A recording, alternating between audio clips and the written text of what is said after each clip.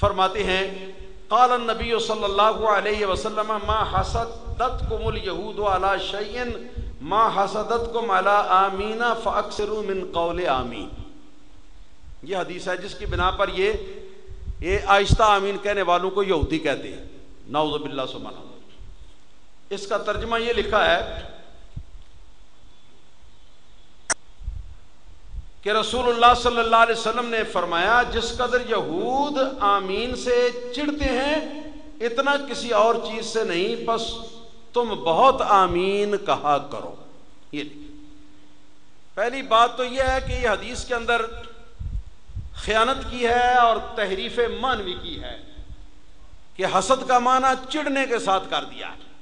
حالانکہ چڑھنا جو ہے کسی کو ناپسند کرنا ہوتا ہے، اور حسد یہ ہوتا ہے کہ کسی مثلا بکر کے پاس کوئی اچھی چیز ہے اور زید کے پاس وہ نہیں ہے، تو اب زید یہ خواہش کرے کہ کبھی یہ چیز اس سے میرے پاس آ جائے، وہ محروم ہو جائے اور مجھے مل جائے. یہ ہوتا ہے حسد. اب کہاں حسد اور کہاں چڑھنا، یہ ہے ان حضرات کی حدیث دانی. اہل حدیث جو ہوئے ماشاءاللہ پہ موجیں کریں، پھر جو مرضی کریں، حدیثوں کی بقیہ دری کریں، ان کے ٹانکیوں دیڑیں، اور ماں نے بھی اپنی مرضی کے کار لیں، اس لیے کہ اہل حدیث جو ہوئے. اللہ تعالیٰ رحم فرمائے. اس میں پچر لگائی چڑھنے کی. حالانکہ حدیث کا صحیح ترجمہ یہ ہے کہ ما حسدتکم الیہود علی شیء ما حسدتکم علی آمین، کہ مسلمانوں یہود نے جتنا تمہارا حسد کیا نا آمین کہنے پر، تمہارے آمین کہنے پر جتنا تمہارا حسد کیا ہے، اتنا حسد تمہارا کسی اور چیز میں یہودیوں نے نہیں کیا. فَأَكْثِرُوا مِنْ قَوْلِ آمین، تو کثرت کے ساتھ آمین کہا کرو. یہ ہے جی حدیث کا ترجمہ صحیح. اور اب میں اس پر اسنادی گفتگو کے سلسلے میں پہلے خود وہابیوں کا اپنا تجزیہ پیش کرتا ہوں. لکھا اخرجہ ابن ماجہ تھا، ابن ماجہ نے اس حدیث کو اپنی سند کے ساتھ بیان کیا من طریق طلحہ بن عمر عن عطاء عن ابن عباس رضی اللہ تعالیٰ عنہ. پھر آگے لکھا یہ سند ضعیف ہے کیونکہ طلحہ بن عمر کے ضعیف ہونے پر اتفاق ہے. جب حدیث کی سند ضعیف ثابت ہو گئی تو ان کا استدلال جو ہے جس بڑھنے چڑھنے کے انداز میں وہ استدلال پیش کرتے ہیں، وہ استدلال جو ہے اپنے آپ وہ ختم ہو گیا. یہ بات اس کی سند پر کہ سند کے اعتبار سے یہ اس قابل نہیں کہ اس کو قبول کیا جائے. دوسرے نمبر پہ اس کا ایک مستند حدیث قوی الاسناد کے ساتھ تعارض بھی ہے. اس میں بتایا کہ یہودیوں نے تمہارے آمین کہنے پر حسد کیا. یہودیوں کو حسد ہوتا ہے. حسد کا مطلب کیا ہے؟ حسد کا مطلب یہ کہ تم آمین جو کہتے ہو، تم آمین تو کہنے سے محروم ہو جاؤ، تم تو نہ کہو اور یہودی کہا کریں. حسد یہی ہوتا ہے نا، اس کے سوا تو حسد کا کوئی معنی نہیں. تو ابن خزیمہ کے اندر یہ حدیث قوی الاسناد موجود ہے.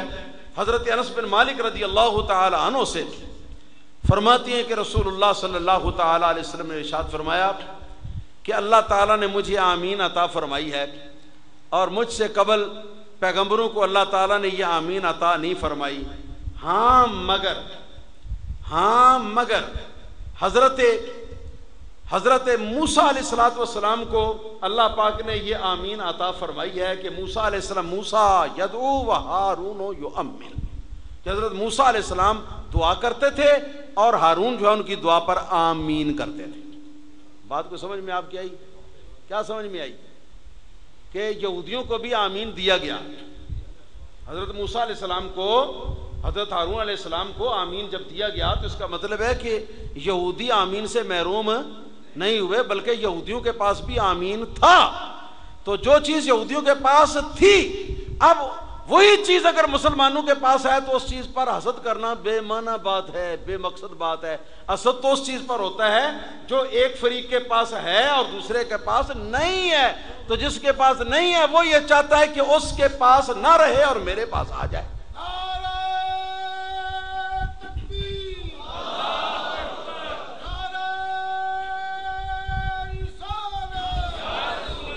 تیسرے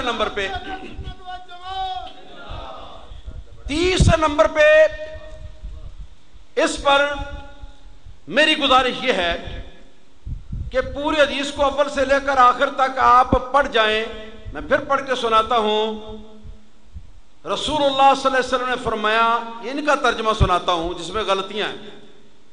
رسول اللہ صلی اللہ علیہ وسلم فرمایا جس قدر یہود آمین سے چڑھتے ہیں اتنا کسی اور چیز سے نہیں، پس تم بہت آمین کہنا. میں نے ان کا لکھا ہوا ترجمہ پڑھ دیا. اس پورے ترجمے میں کہیں نماز کے اندر کا ذکر آیا، کہیں سورہ فاتحہ کے بعد غیر المغضوب علیہم ولا الضالین کے بعد آمین کہنے کا کہیں ذکر آیا. تو بات تو ہو رہی ہے جو جہری نماز میں امام کے غیر المغضوب علیہم ولا الضالین کے بعد آمین کہنا اس کے بارے میں، اور دعویٰ خاص اور دلیل عام. اور یہ چیز جو ہے یہ اصولیوں کے نزدیک جائز نہیں ہے، بلکہ جو شخص ایسا کرتا ہے یہ اس کی جہالت یا اس کی بددیانتی کے اوپر دلیل ہوتی ہے.